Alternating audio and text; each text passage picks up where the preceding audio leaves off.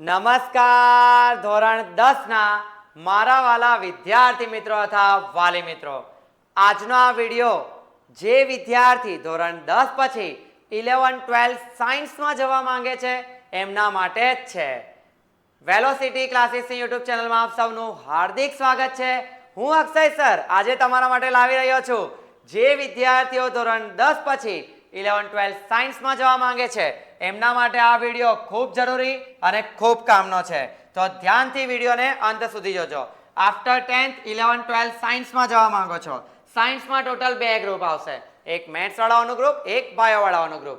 તો જે વિદ્યાર્થીઓ ગ્રુપ એ એટલે કે PCM ફિઝિક્સ, કેમેસ્ટ્રી અને મેથ્સ સિલેક્ટ કરે છે એવા વિદ્યાર્થીઓને જણાવી દઉં કે ટોટલ તમારે 11 સાયન્સની અંદર 50-50 માર્કની સ્કૂલમાં એક્ઝામ લેવાય અને 80 માર્ક્સની તમારી બોર્ડની એટલે કે સ્કૂલ દ્વારા જે ફાઇનલ એક્ઝામ લેવામાં આવે એ એક્ઝામ લેવામાં આવશે.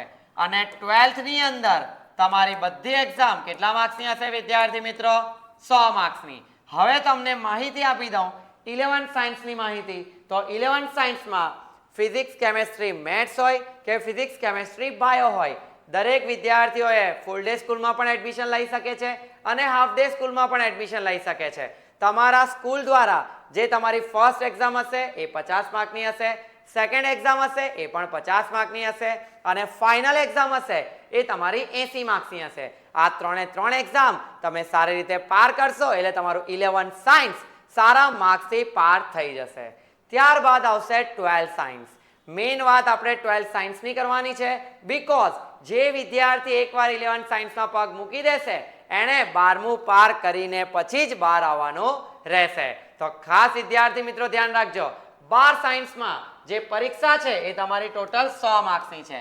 12 સાયન્સમાં કેટલી વસ્તુ ધ્યાન રાખવાની છે? સૌપ્રથમ તમને NCERT એટલે કે બોર્ડ કે જે 100 માર્ક્સનું પેપર હોય એ 100 માર્ક્સની અંદર વિદ્યાર્થી મિત્રો 50 માર્ક્સ તમારા MCQ હોય છે અને 50 માર્ક તમારા થિયરી હોય છે, રાઈટ? બટ બોર્ડ દ્વારા ઘણું ચેન્જ કરવામાં આવે છે, એમ તો મોસ્ટલી થશે નહીં, બટ 2025 પ્રમાણે 50 માર્કના MCQ, 50 માર્કની થિયરી, આ જ પેટર્ન હવે પછી કન્ટિન્યુઅસ લેવામાં આવશે. ઓકે, ત્યારબાદ ગુજકેટ એક્ઝામ આવે છે. ગુજકેટની ટોટલ 120 માર્કની એક્ઝામ આવે. આ 120 માર્કના ટોટલ 3 ટુકડા થશે. 40 માર્કનું ફિઝિક્સ, 40 માર્કનું કેમેસ્ટ્રી, 40 માર્કનું મેથ્સ. ક્લિયર? એક MCQ, 1 માર્કનો તમારો એક MCQ કેટલા માર્ક્સનો રહેશે વિદ્યાર્થી મિત્રો? 1 માર્ક્સનો. અને જો તમે આમાં MCQ ખોટો પાડ્યો તો તમારા -0.25. એક MCQ તમારો રોંગ પાડ્યો તો 0.25 તમારા માઇનસ થશે.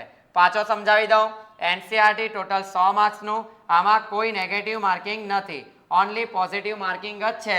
જેટલા MCQ તમારા સાચા, એક MCQ 1 માર્કનો, 50 માર્કની MCQ, 50 માર્કની થિયરી. ગુજકેટની અંદર 120 માર્કના MCQ આવશે, ટોટલ 120 MCQ તમને મળે. 120 MCQ તમારા 40-40-40, એક MCQ 1 માર્કનો અને ખોટા પડે તો તમારા 0.25 માઇનસ થઈ જશે. અને થર્ડ અને સૌથી મોસ્ટ ઇમ્પોર્ટન્ટ JEE કે જે ટોટલ તમારે 300 માર્ક્સની હશે. એ 300 માર્ક્સમાંથી દરેક સબ્જેક્ટના 100 માર્ક હશે. 100 માર્ક્સ, 100 માર્ક્સ, 100 માર્ક્સ. 100 માર્ક્સ તમારા ફિઝિક્સ, 100 માર્ક્સ તમારા કેમેસ્ટ્રી, 100 માર્ક્સ તમારા મેથ્સના. અને આની અંદર એક MCQ 4 માર્કનો રહેશે. એક MCQ કેટલા માર્ક્સનો રહેશે વિદ્યાર્થી મિત્રો? 4 માર્ક્સનો. અને જો તમારા આની અંદર નેગેટિવ માર્ક ખોટો પડ્યો તો -1. એક MCQ ખોટો પડે તો તમારા -1 નેગેટિવ માર્કિંગ જશે. જે 4 માર્ક ખોટા ના થશે એ તો જશે જ, બટ સાથે સાથે હજી 1 માર્ક લઈને જશે. તો આ છે તમારું NCERT, ગુજકેટ અને JEE. મેથ્સના વિદ્યાર્થીઓ માટે. બાયોના વિદ્યાર્થીઓ માટે વાત કરી લઈએ તો NCERT એમનું સેમ, ગુજકેટ એમનું સેમ, બીકોઝ અહીંયા ખાલી 100 40 માર્કનું ફિઝિક્સ, 40 માર્કનું કેમેસ્ટ્રી, 40 માર્કનું બાયોલોજી, એક MCQ 1 માર્કનો, 0.25 નેગેટિવ. આ પણ સેમ 3 સબ્જેક્ટમાં ફિઝિક્સ, કેમેસ્ટ્રી, મેથ્સ 3 સબ્જેક્ટ જે મેઇન વિષય છે એની અંદર 50 માર્કના MCQ, 50 માર્કની થિયરી એ સેમ છે.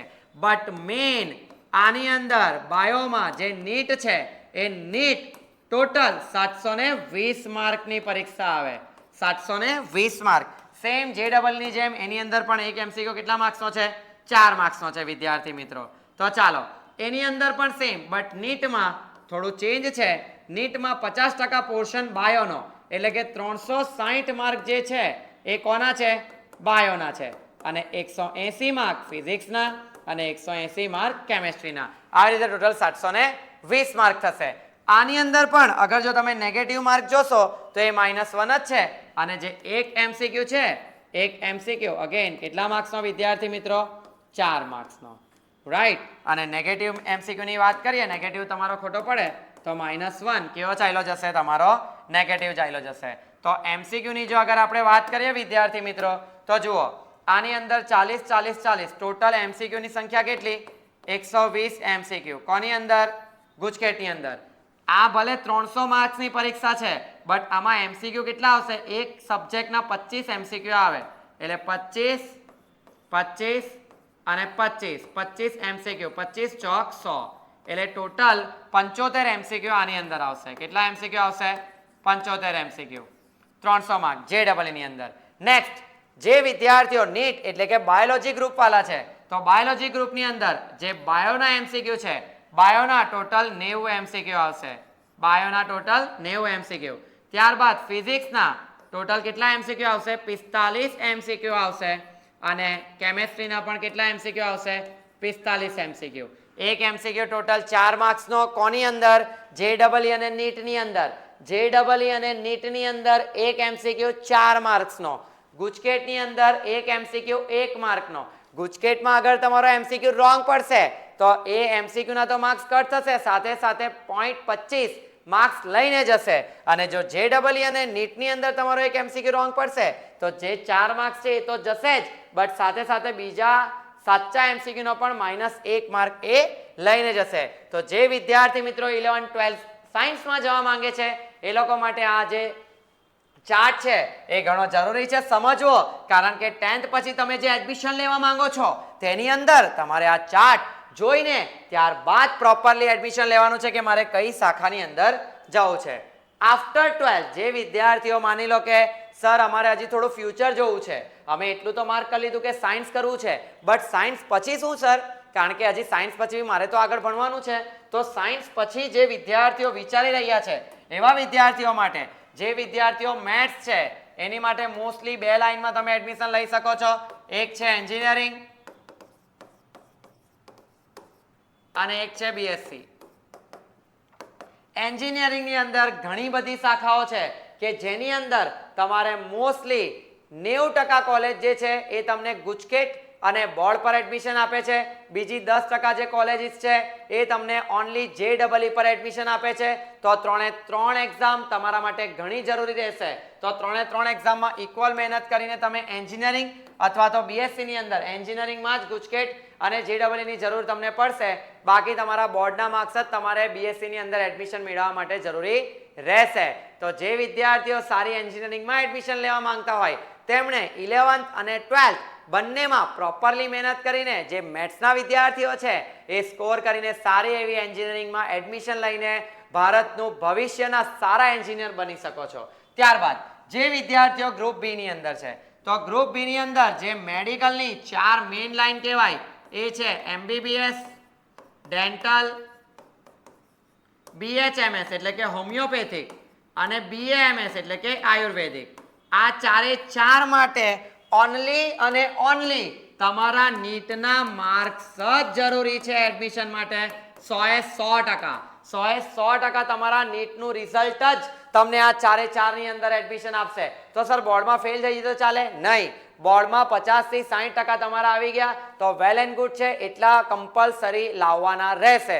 બટ નીટમાં તમારો સારો એવો સ્કોર હશે 720 માંથી તો તમને આ ચાર જે મેડિકલની ખાસ લાઈન કહેવાય સૌથી જરૂરી અને સૌથી ઇમ્પોર્ટન્ટ તેની અંદર એડમિશન મળશે. ત્યારબાદ ઘણી બધી એક્સ્ટ્રા લાઈન છે, બીએસસી છે, નર્સિંગ છે, ફાર્મસી છે, એવી બીજી ઘણી લાઈનો છે કે જેની અંદર પણ તમે તમારું ભવિષ્ય ખૂબ સારું અને ખૂબ ઉજ્જવળ બનાવી શકો છો. તો જે વિદ્યાર્થી મિત્રો એન્જિનિયરિંગ રિલેટેડ વિચારતા હોય એમણે મેથ્સ ગ્રુપ સાથે સાયન્સમાં આગળ જવું, જે વિદ્યાર્થીઓ બાયોલોજી અને મેડિકલ લાઇનમાં આગળ જવા માંગતા હોય એમણે બાયોલોજી સાથે આગળ જવું. જેટલું તમને મેં સમજાવ્યું એમાં સમજ ન પડી હોય અને તમારે કંઈ હજુ જાણવું હોય કે સર સુરતની અંદર કઈ સ્કૂલ સારી છે, સુરતમાં કઈ સ્કૂલમાં ફૂલ ડે છે, કઈ સ્કૂલમાં હાફ ડે છે, સ્કૂલ રિલેટેડ કોઈ પણ ક્વેરી હોય તો પણ તમે એની ટાઈમ આ નંબર પર કોલ કરીને અથવા તો આ એડ્રેસ પર રૂબરૂ મુલાકાત મેળવીને માહિતી મેળવી શકો છો. તો આજનો આ વિડીયો છે 11-12 સાયન્સના વિદ્યાર્થીઓ કે જે ધોરણ 10 પછી સાયન્સમાં જવા માંગે છે. Thank you so much. હું અક્ષય સર તમારી સાથે.